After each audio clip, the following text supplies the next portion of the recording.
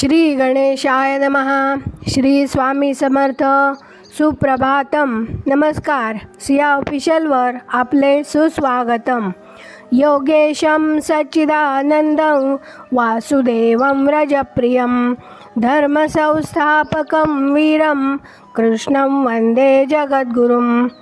आज आपण महाभारतातल्या पहिल्या खंडातल्या आदिपर्वातले शांतनोपाख्यान पुढे वाचायला सुरुवात करूया. वैशंपायन पुढे सांगू लागले. शांतनू म्हणाला, ज्या अपव ऋषीच्या शापामुळे अष्टवसूंना मनुष्य जन्म घेणे भाग पडले, तो हा आपव ऋषी कोण आणि वसूंनी असा अपराध तरी कोणता केला होता म्हणून त्यांना शाप मिळाला. तसेच तू जो हा पुत्र मला आता दिला आहेस त्याने तरी असे काय केले होते म्हणून त्याला मर्त्यलोकामध्ये वास्तव्य करणे भाग पडणार आहे. दुसरे असे की अष्टवसू हे त्रिभुवनाचे ईश्वर असताना त्यांना मर्त्यलोकामध्ये का जन्म घ्यावा लागला, या सर्व गोष्टींचा हे जान्हवी उलगडा करून मला सांग. वैशंपायन म्हणाले. शांतनूने असे विचारल्यानंतर देवी जान्हवी म्हणजे गंगा आपल्या पतीला शांतनूला म्हणाली, हे भरतश्रेष्ठा, पूर्वी वरुणाला वसिष्ठ नावाचा जो पुत्र झाला होता तो आपव या नावानेही प्रसिद्ध होता. त्या ऋषीचा पवित्र आश्रम मेरू पर्वताच्या उतरणीवर होता. अनेक प्रकारचे मृग आणि अनेक प्रकारचे पक्षी त्या आश्रमाच्या परिसरामध्ये होते आणि निरनिराळ्या ऋतूमध्ये येणाऱ्या फुलांनी तो आश्रम अतिशय सुशोभित झाला होता. मधुर कंदमुळांनी, फळांनी आणि उदकाने युक्त असलेल्या त्या आश्रमामध्ये धर्मशील वरुणपुत्र वसिष्ठाने तपाचरण केले होते. हे भरतश्रेष्ठा, सर्व कामधेनूमध्ये श्रेष्ठ असलेली दक्ष प्रजापतीची कन्या सुरभी या नावाने विख्यात होती.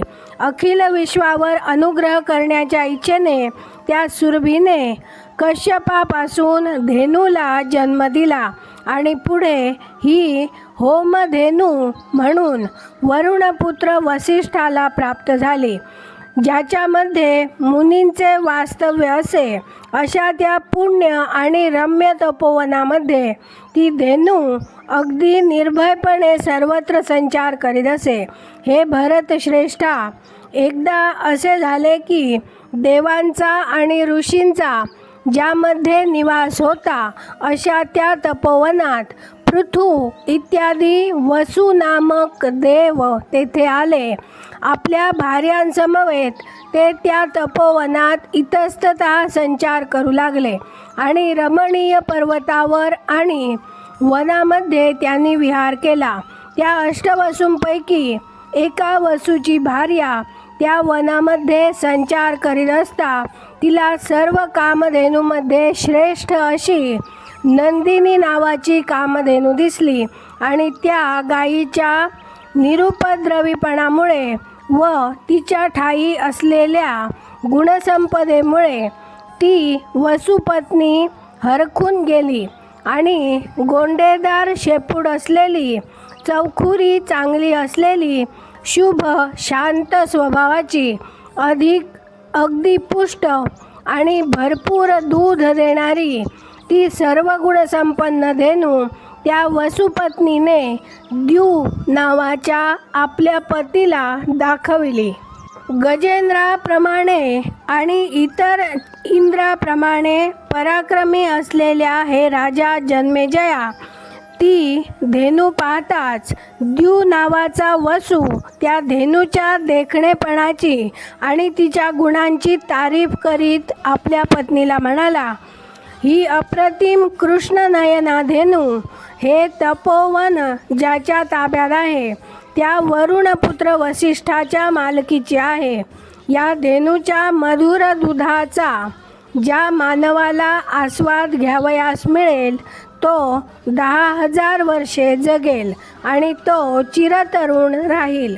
वसू असे म्हणाल्यानंतर त्याची सर्वांग सुंदर भार्या आपल्या तेजस्वी पतीला म्हणाली, मर्त्य लोकामध्ये एक राजकन्या माझी मैत्रीण आहे. तिचे नाव जितवती असे असून ती रूपवती आणि अगदी तरुण आहे. सत्यप्रतिज्ञ प्रज्ञावंत उशीनर नावाच्या राजर्षीची ती कन्या असून आपल्या रूपसंपदेमुळे सर्व पृथ्वीवर ती प्रख्यात आहे. त्या जीवतीसाठी ही सवत्स धेनू मला पाहिजे आहे. हे महाभागा, पुण्यवर्धन, अमरश्रेष्ठा, ही धेनू त्वरित घेऊन या, म्हणजे तिचे दूध प्राशन करून माझी ती मैत्रीण मनुष्यलोकामध्ये एकटीच जरारहित म्हणजे वार्धक्यरहित, चिरतरुण आणि रोगरहित म्हणजे निरोगी होईल. एवढे आपण माझ्याकरता कराच. यापेक्षा मला अधिक प्रिय अन्य कोणतीही गोष्ट नाही. आपल्या पत्नीचे हे बोलणे ऐकल्यावर तिच्या मनासारखे करावे असे द्युवसूला वाटले आणि पृथू इत्यादी आपल्या भावांच्या मदतीने त्याने वसिष्ठ ऋषींच्या त्या धेनूचे हरण केले. कमलनयना पत्नीने सांगितल्याप्रमाणे द्यू वागला खरा, पण वसिष्ठ ऋषींचे तप किती उग्र व कठोर होते हे त्याच्या गावीही नव्हते. वसिष्ठाची धेनू तर त्याने हरण केली, पण या अपराधामुळे स्वर्गातून आपल्याला भ्रष्ट व्हावे लागेल ह्याची त्याला चुकून सुद्धा कल्पना आली नाही. आज आपण इथे थांबूया. माझ्या सिया ऑफिशियलला सबस्क्राईब केले नसेल तर कृपया आत्ताच सबस्क्राईब करा आणि दररोज महाभारत कथा ऐकण्याचा आनंद अवश्य घ्या. बाजूच्या बेलवर क्लिक करून लाईक करायला विसरू नका. धन्यवाद. जय श्री कृष्ण.